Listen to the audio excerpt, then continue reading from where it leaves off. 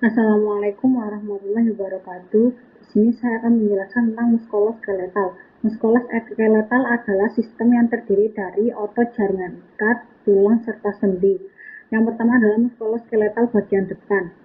Diawali dengan skul. Skul adalah tulang tengkorak yang berfungsi melindungi otak agar tidak mengalami cedera. Selanjutnya ada orbita cavity yang terdiri dari dua rongga yang berisi bola mata, otot ekstraokular, saraf, lemak, dan pembuluh darah. Selanjutnya adalah nasal cavity adalah tulang hidung yang terdiri dari dua tulang lonjong yang memiliki ukuran dan bentuk yang berbeda pada setiap individu. Selanjutnya adalah cervical vertebrae yang memiliki tiga fungsi, yaitu menopang, memberikan stabilitas pada kepala agar bisa bergerak ke segala arah, dan melindungi struktur yang melewati spina. Selanjutnya adalah clevis. Clevis adalah tulang yang terdapat di sebelah kanan dan sebelah kiri yang berfungsi menopang tulang dada dan yang berfungsi menyambungkan tulang dada dan tulang lengan. Selanjutnya adalah shoulder blade. Shoulder blade berfungsi untuk menyokong pergerakan lengan dan memberikan keseimbangan ketika lengan bergerak ke atas dan ke bawah. Selanjutnya adalah RB. RB adalah tulang yang berfungsi untuk menyangga kepala dan tubuh manusia agar dapat berdiri tegak, duduk, berjalan, bergerak dengan fleksibel, serta melindungi sumsum tulang belakang agar tidak mengalami cedera. Selanjutnya adalah ada manubrium stemi dan body of sternum. Memiliki fungsi yang sama, yaitu melindungi organ yang berada di dalam dada seperti jantung dan paru-paru agar tidak mengalami cedera. Selanjutnya ada exploit proses, yaitu sebagai tempat masuknya tendon diafragma, rectus abdominis, dan otot trapezus abdominis. Selanjutnya adalah humerus. Humerus adalah tulang lengan yang berfungsi untuk mengontrol gerak tubuh bagian atas. Selanjutnya ada lumbar vertebrae, yaitu bagian rangka aksial manusia yang berfungsi sebagai penyangga utama tubuh sehingga manusia dapat membungkuk, berdiri tegak, dan menggeliat. Selanjutnya adalah bum. Bum memiliki fungsi untuk mengontrol atau sebagai alat bergerak yang dibantu oleh tulang, otot, dan ligamen. Karena rangka manusia yang baik sangat mempengaruhi gerak tubuh dan aktivitas sehari-hari. Selanjutnya adalah ulna. Ulna adalah tulang hasta yang memiliki fungsi untuk mengontrol gerak tangan. Selanjutnya adalah coccyx yaitu tulang ekor yang berfungsi untuk mengontrol dan menjaga kestabilan seseorang dalam posisi duduk. Selanjutnya adalah pubis. Pubis adalah tulang kelamin yang tertutupi oleh rambut pubertas serta melindungi organ seksual dan reproduksi yang berada di dalam. Selanjutnya adalah femur. Femur adalah tempat melekatnya otot dan ligmen untuk membuat manusia dapat berjalan dan menyokong tubuh yang sangat berat. Selanjutnya adalah patella. Patella adalah tempurung lutut yang berfungsi untuk melindungi persendian lutut serta menyambungkan otot paha depan dan tulang kering.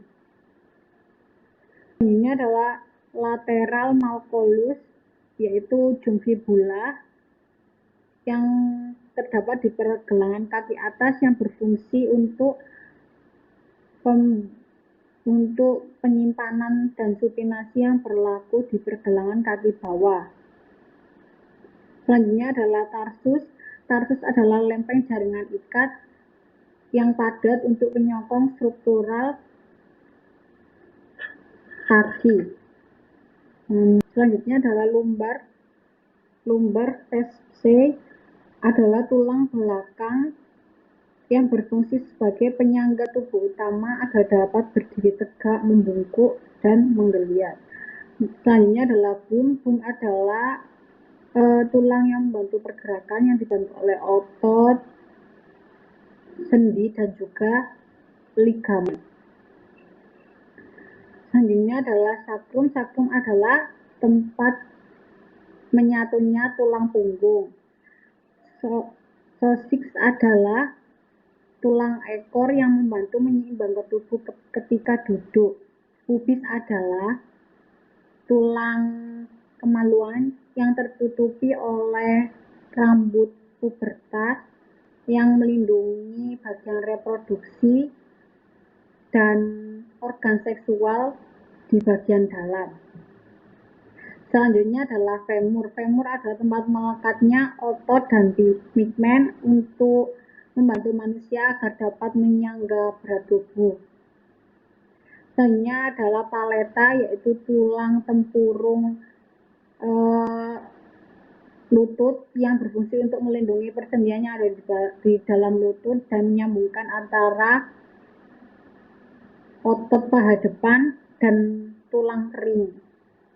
Selanjutnya adalah latelar malleolus yang terdapat di pergelangan kaki yang berfungsi menyimpan dan pembalikan supinasi dan juga berlaku di pergelangan kaki bawah. Selanjutnya adalah tarsus, yaitu memiliki bentuk yang padat untuk penyokong struktural kaki. Selanjutnya adalah proximal phalanx yang berfungsi untuk memberikan keseimbangan pada kaki saat berjalan. Sedangkan middle phalanx adalah tulang yang berada di ruas ketiga dan kedua di jari ketika duduk dari pangkal jari ke ujung jari.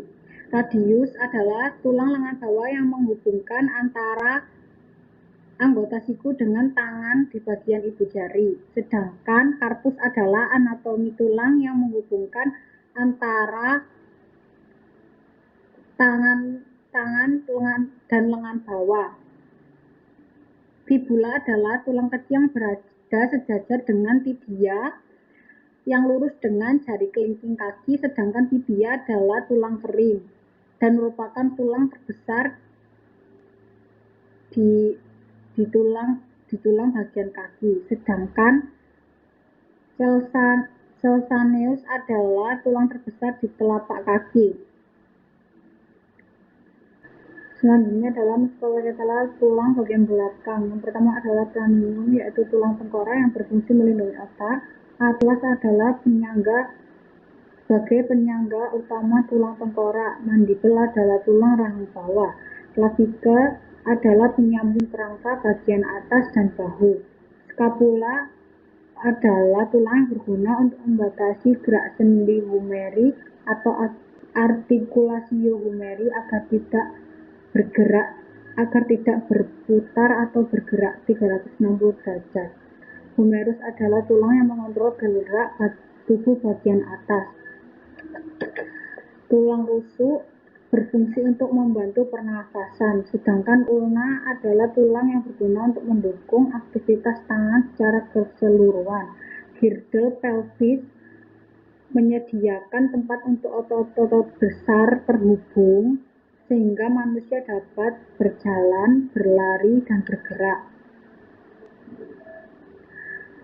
Vertebrata cervix berguna untuk membantu pergerakan tengkorak kepala, sedangkan vertebrata thorax adalah bagian tubuh yang tersusun dari tulang dada, ruas tulang belakang, dan tulang rusuk. Selanjutnya adalah sacrum corsix yang berfungsi untuk menjaga keseimbangan saat duduk. Dan carpus adalah yang membantu memposisikan tangan dan memperkuat penggunaan extensor dan flexor lengan bagian bawah.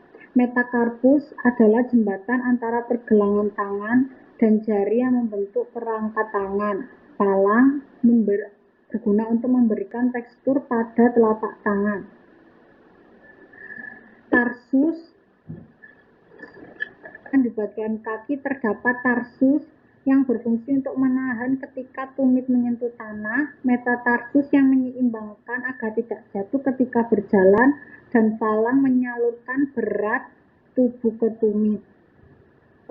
Selanjutnya adalah bagian otot. Yang pertama, orbicularis oculi yang berfungsi untuk menutup kelopak mata dan menggerakkan alis, deltoid yang berfungsi untuk menggerakkan lengan menjauhi tubuh, latissimus dorsi yang berfungsi untuk aduksi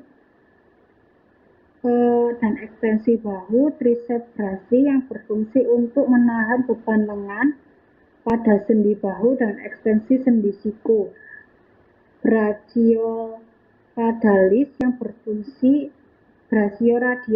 yang berfungsi untuk melenturkan lengan pada siku, rectus abdominis yang berfungsi untuk menjaga tulang belakang agar tetap stabil, sartorius yang berfungsi untuk fleksi dan aduksi lutut, gracilis yang berfungsi untuk aduksi, rotasi medial, rotasi lateral, dan fleksi pinggul, vastus lateralis yang berfungsi untuk meregangkan sendi lutut, rectus femoris yang berfungsi untuk fleksor pinggul yang lemah ketika lutut diperpanjang, vastus medialis yang berfungsi untuk pelacakan patella yang benar, gastrocnemius yang berfungsi untuk fleksi angkel, plantar fleksi, dan stabilisasi knie, soleus yang berfungsi untuk plantar fleksor kuat pada sendi pergelangan kaki, temporalis yang berfungsi untuk menggerakkan mandibula dan mendekatkan gigi, masseter yang berfungsi untuk memungkinkan wajah untuk mengunyah, membuka dan menutup mulut, serta mengatupkan geraham, sternoleidomastoid yang berfungsi untuk memutar atau memiringkan kepala, trapezius yang berfungsi untuk melakukan elevasi skapula dan rotasi ke atas dari skapula, biceps brachii yang berfungsi untuk supinator lengan bawah, otot flexor kuat pada sendi siku dan lemah pada sendi bahu, brachioradialis yang berfungsi untuk melenturkan lengan bawah pada siku, eksternal oblique yang berfungsi untuk membantu pergerakan tulang belakang, tibialis anterior yang berfungsi untuk memberikan stabilitas pada tungkai bawah, semitendinosus yang berfungsi untuk membantu merotasi tibia pada femur ke medial, semimembranosus yang berfungsi untuk memutar lutut secara medial, gluteus medius yang berperan penting dalam menggerakkan pinggul, sedangkan gluteus maximus menstabilkan gerakan panggul punggung yang bagian bawah pada kaki. Selanjutnya adalah sendi. Yang pertama adalah sendi putar, yaitu kemampuannya untuk menggerakkan tulang dalam gerakan memutar. Sendi peluru mampu menggerakkan tulang ke segala arah. Sendi engsel hanya mampu menggerakkan tulang ke satu arah, seperti pintu yang dibuka dan ditutup.